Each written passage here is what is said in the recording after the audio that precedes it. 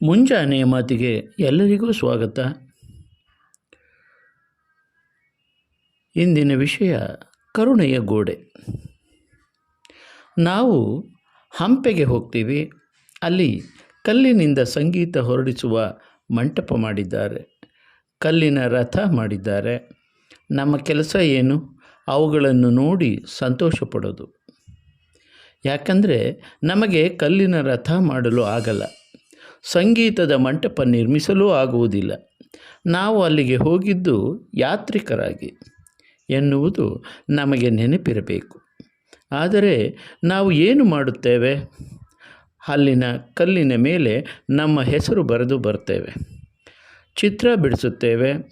ಅದಕ್ಕೆ ಆ ಕಲ್ಲು ಹೇಳುತ್ತೆ, ನಮ್ಮನ್ನು ಕೆತ್ತಿದ ಶಿಲ್ಪಿಯೇ ತನ್ನ ಹೆಸರು ಬರೆದುಕೊಂಡಿಲ್ಲ, ನೀವು ಬರೀತಿದ್ದೀರಲ್ಲ, ನೀವು ಹಂಪಿಯಲ್ಲಿ ಇರೋಕ್ಕೆ ಯೋಗ್ಯರಲ್ಲ, ನಿಮ್ಮ ಕೊಂಪೆಯಲ್ಲೇ ಇರಲು ಯೋಗ್ಯರು ಎಂದು.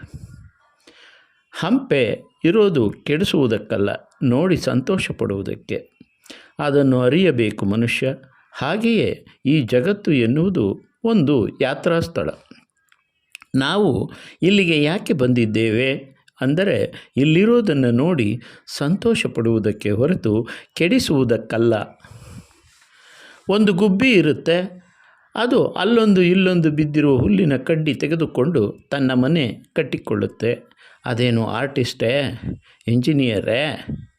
ಇಲ್ಲ. ನಾವು ಪಿಲ್ಲರ್ ಹಾಕಿ ಕಟ್ಟಿದ ಕಟ್ಟಡಗಳು ಬಿದ್ದು ಹೋಗ್ತವೆ, ಆದರೆ ಹುಲ್ಲಿನಿಂದ ಕಟ್ಟಿದ ಗುಬ್ಬಿಯ ಗೂಡು ಬೀಳೋದಿಲ್ಲ. ಈ ಜಗತ್ತಿನ ಕಟ್ಟುವಿಕೆ ಬಹಳ ಮುಖ್ಯವಾದದ್ದು. ಮನೆಯಲ್ಲಿ ತಾಯಂದಿರು ಹರಿದ ಬಟ್ಟೆಗಳನ್ನು ತೆಗೆದುಕೊಂಡು ಕೌದಿ ಒಲೆಯುತ್ತಾರೆ. ಆ ಕೌದಿ ಹೊದ್ದು ಮಲಗಬೇಕಾದರೆ ಏನು ಸುಖವಾಗಿ ನಿದ್ದೆ ಬರುತ್ತೆ. ಯಾವುದು ವೇಸ್ಟ್ ಇತ್ತೋ ಅದರಲ್ಲಿ ಬೆಸ್ಟ್ ಮಾಡುತ್ತಾಳೆ ತಾಯಿ. ಈ ಜಗತ್ತಿನಲ್ಲಿ ಏನನ್ನೂ ಕೆಡಿಸಬೇಡಿ. ಏನಾದರೂ ಚೆನ್ನಾಗಿದ್ದರೆ ಅದನ್ನು ಚೆನ್ನಾಗಿರೋದಕ್ಕೆ ಬಿಡಿ. ನೀವು ಚೆನ್ನಾಗಿರೋದನ್ನು ಏನನ್ನಾದರೂ ಜಗತ್ತಿಗೆ ಕೊಡಿ.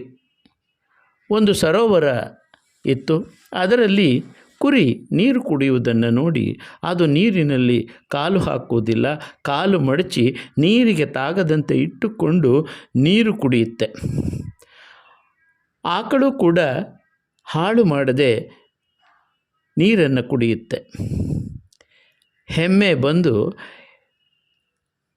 ನೋಡಿ ಕೆರೆಯೊಳಗೆ ಬಿದ್ದು ಗುದ್ದಾಡಿ ಒದ್ದಾಡಿ ತಾನೂ ನೀರು ಕುಡಿಯದೆ ಬೇರೆಯವರೂ ಕುಡಿಯದಂತೆ ಮಾಡಿಬಿಡುತ್ತೆ.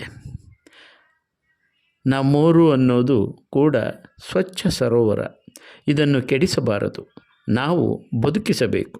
ಸಾಧ್ಯವಾದರೆ ಅಲ್ಲಲ್ಲಿ ಸಣ್ಣ ಪುಟ್ಟ ಗಿಡ ಮರಗಳನ್ನು ಬೆಳೆಸಬೇಕು, ಬದುಕಿಗೆ ಅನುಕೂಲ ಮಾಡಿಕೊಡಬೇಕು.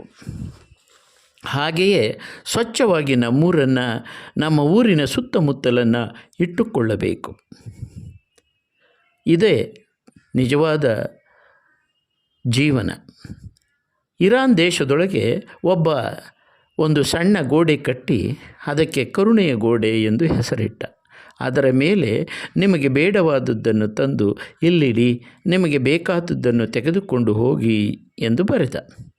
ಅದು ಕರುಣೆಯ ಗೋಡೆ. ನಾವು ಕಟ್ಟುವ ಗೋಡೆ ಅಣ್ಣ ತಮ್ಮಂದಿರನ್ನು ಬೇರೆ ಬೇರೆ ಮಾಡುತ್ತದೆ. ಅವ ಕಟ್ಟಿದ ಗೋಡೆ ಇಡೀ ಜಗತ್ತಿನಲ್ಲಿ ಪಸರಿಸಿ ಎಲ್ಲ ಕಡೆ ಈಗ ಅದನ್ನು ಅನುಸರಿಸುತ್ತಿದ್ದಾರೆ. ಇದು ಕಟ್ಟುವಿಕೆ. ನಾವು ಬೇರ್ಪಡಿಸುವ ಗೋಡೆಗಳನ್ನು ಕಟ್ಟಬಾರದು, ಕರುಣೆಯ ಗೋಡೆಗಳನ್ನು ಕಟ್ಟಬೇಕು. ಎಲ್ಲರನ್ನು ಒಗ್ಗೂಡಿಸಿ ಒಂದುಗೂಡಿಸಿ ಬಾಳಬೇಕು ಎನ್ನುವುದು ಇಂದಿನ ಮುಂಜಾನೆ ಮಾತಿನ ವಿಶೇಷ. ಕೇಳಿಸಿ ಸಮಾನ ಮನಸ್ಕರಿಗೆ ಇದನ್ನು ಕಳಿಸಿ. ನಮಸ್ತೆ, ನಾನು ನಿಮ್ಮ ಶ್ರೀಕಂಠೇಶ್, ಪರಿಸರ ಪ್ರಿಯ, ಮೈಸೂರು. ಕೇಳಿದ್ದಕ್ಕೆ ಧನ್ಯವಾದಗಳು. ಸಬ್ಸ್ಕ್ರೈಬ್ ಮಾಡಿ, ಲೈಕ್ ಮಾಡಿ, ಶೇರ್ ಮಾಡಿ. ನಮಸ್ತೆ.